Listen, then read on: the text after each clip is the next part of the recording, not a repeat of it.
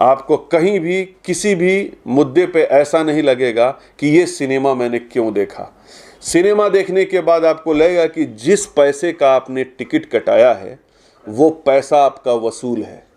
क्योंकि मैं इस बात को अच्छी तरह से जानता हूँ कि हम भी जब सिनेमा देखने जाते हैं और अपने पॉकेट से 100 रुपया, 150 रुपया, 200 रुपया निकाल के टिकट कटाते हैं और जब फिल्म में दम नहीं होती है, फिल्म में बात नहीं होती है, तो हमको भी गाली देने का मन करता है और आपका भी मन करता है। तो जब आपका मन करता है तो मैं समझता हूं कि उस मन को मुझे बदलना होगा। ऐसी फिल्म बना के नहीं देनी होगी कि देखने के बाद आपका मन गाली देने का करे। तो मैंने जो फिल्म बनाई है उसको देखने के बाद आपका मन आशीर्वाद देने का करेगा। आप आशीर्वाद दोगे, कहीं भी किसी तरीके से आपके मनोरंजन में कमी नहीं होगी, आपका भरपूर मनोरंजन होगा, स्वस्थ मनोरंजन होगा। सबसे पहले सर कांग्रेचुलेशन विवाह 3 के लिए। विवाह 1, विवाह 2 इतना बड़ा हिट हुआ और तीसरे फ्रेंचाइजी में एज ए डायरेक्टर जो है आपका एंट्री हो चुका है। क्या कहना चाहेंगे सबसे पहले, कितने एक्साइटेड है फिल्म के लिए, और अगर विवाह 3 के बारे में थोड़ा सा बताएं कि किस तरह की फिल्म होगी और ऑडियंस को क्या कुछ देखने मिलेगा फिल्म में। Thank you very much. सबसे पहले मैं आप सबको दिवाली की शुभकामना देता हूं और साथ ही छठ पर्व हमारा बिहार का सबसे बड़ा पर्व अब सामने है, आने वाला है। तो मैं छठ पूजा की भी बहुत बहुत शुभकामनाएं आप लोगों को देता हूं।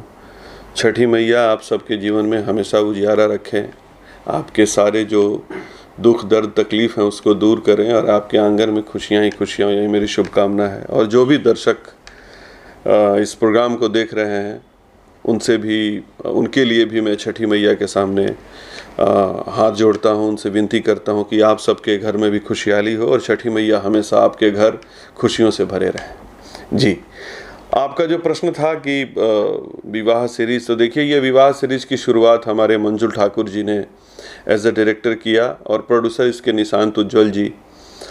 एक बहुत ही कामयाब फिल्म बनाया उन्होंने। एक ऐसी फिल्म बनाई जिसकी बार बार सीरीज़ बनाया, जिसकी एक सीरीज़ बननी चालू हो गई।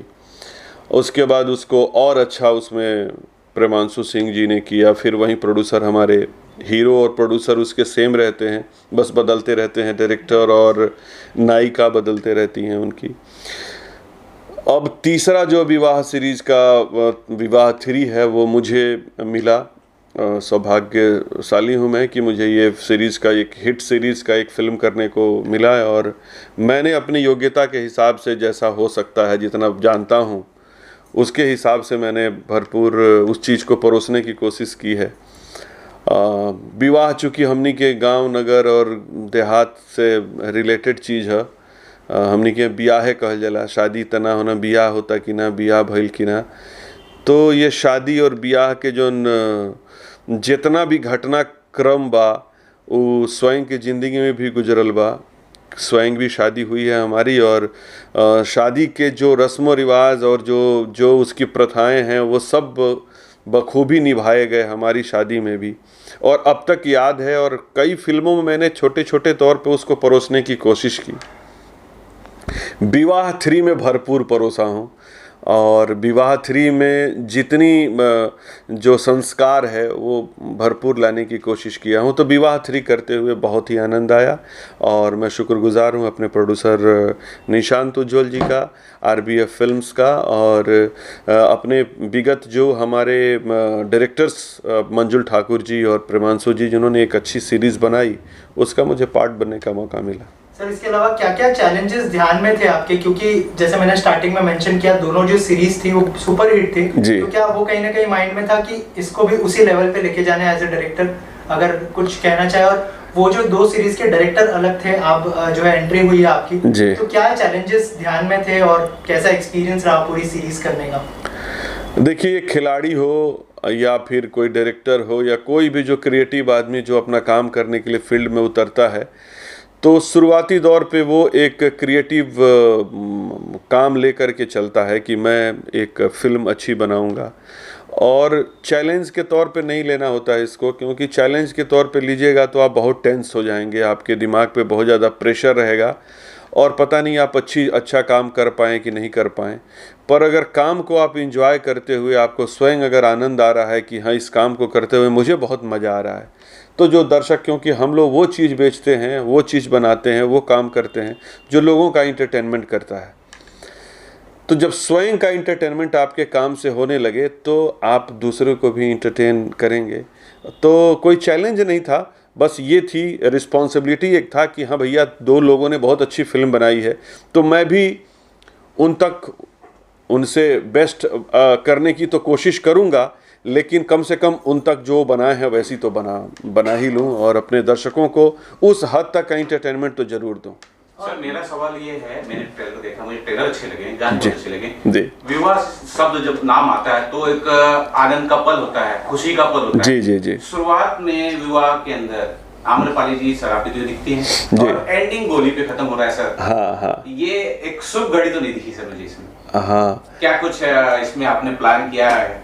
देखिए वो तो ट्रेलर का माध्यम होता है कि फिल्म का कोई भी ट्रेलर जो होता है वो दर्शकों को अपनी तरफ खींचने का एक जरिया होता है कि कैसे, जैसे आज ये प्रश्न आप पूछ रहे हैं, इसका मतलब कोई ऐसी चीज़ है जो आपको लगी कि यार ये क्यों दारू से शुरू की लड़की और क्यों अपने आप को गोली मार ली, तो एक क्यूरियोसिटी जनरेट होता है, एक चाहत पैदा करता है दर्शकों के अंदर कि हम इस कंटेंट को, इस तरह की चीज़ को देखें। वस्तुतः जो सिनेमा है वो कंप्लीट विवाह पे ही है और विवाह के सारे संस्करण या विवाह के सारे जो संस्कार हैं वो पूर्णतः निभाए गए हैं उसमें और दिखाए गए हैं। कहानियाँ चूँकि घूम फिर करके हम लोग के नस नस में बसा हुआ है रामायण, और हर कहानी में एक राम, एक सीता और एक रावण होते हैं, और सीता का वनवास होता है और एक दिन आता है जब सीता फिर दोबारा राम से मिलती हैं। यही कहानी जो है वो हिंदुस्तान में चलते रहा है और चलते रहेगा। हमने जो बनाया है विवाह, वो भी विवाह ऐसा है जो एक लड़का और लड़की प्रेम को नहीं समझ पा रहे हैं, संस्कारों को नहीं समझ पा रहे हैं, पर ये संस्कार कैसे उनको विवश कर देते हैं कि अपने संस्कारों की महानता को समझो, अपने संस्कारों में क्या क्या वजन है, अपने संस्कारों में क्या बातें हैं कि चाहे कितने भी आधुनिक हो जाएं, ज़िंदगी के रेस में आप जितना भी फास्ट हो जाएं, चाहे आप 5G के नेटवर्क में चले जाएं या आप मल्टीपल गीगाहर्ट्ज़ का जो स्पीड होता है उस पर चले जाएं, पर वस्तुतः आपके दिल के कोने में जो आपका हृदय है उसके अंदर आज भी वो संस्कार, वो मिट्टी की खुशबू है, उसके ऊपर परत चढ़ा हुआ है दौर का, ज़माना का, नए फैशंस का, नए नए तौर तरीक़ों का, नए नए सोशल मीडियाज़ के चीज़ों का। उनको हटाओगे जिन परतों को, इन चीज़ों को, तो अंदर से एक पवित्र आत्मा मिलेगी जो भोजपुरी की आत्मा है, और मैंने विवाह में वही दिखाने की कोशिश की है। सर इसके अलावा एज अ डायरेक्टर थोड़ा सा काम आसान हो जाता है जब प्रोड्यूसर की तरफ से पूरा सपोर्ट मिलता है, और कितना लिवरेज मिला स्पेशली प्रोड्यूसर निशान जी की तरफ से, अगर उस बारे में कुछ बताएं। देखिए, प्रोड्यूसर्स का काम फिल्म बनाना होता है, फिल्म को प्रोड्यूस करना, उसमें पैसा लगाना होता है, और भोजपुरी के प्रोड्यूसर्स जो भी हैं वो इससे एक कदम उठ के ही काम करते हैं, वो प्रोड्यूस भी करते हैं, साथ वो क्रिएटिवली भी इन्वॉल्व रहते हैं। और निशांत उज्ज्वल जी के साथ सबसे एक प्लस पॉइंट जो ये है कि उनकी अपनी जो कंपनी है वो एक डिस्ट्रीब्यूशन कंपनी है, और डिस्ट्रीब्यूशन के साथ साथ उन्होंने पहले जो उनकी कंपनी, सबसे पहले डिस्ट्रीब्यूशन, उसके बाद उन्होंने PROship का भी काम किया हुआ है, फिल्मों की पब्लिसिटी से लेकर के उसका वितरण तक का सारा काम उनको आता है। तो एक आदमी जिसको फिल्म एग्जिबिट करना, मतलब सिनेमा हॉल में चलाने का हुनर पता हो, तो उसको पता है कि मैं फिल्म कैसी बनाऊं जो सिनेमा हॉल तक जा कर के चले।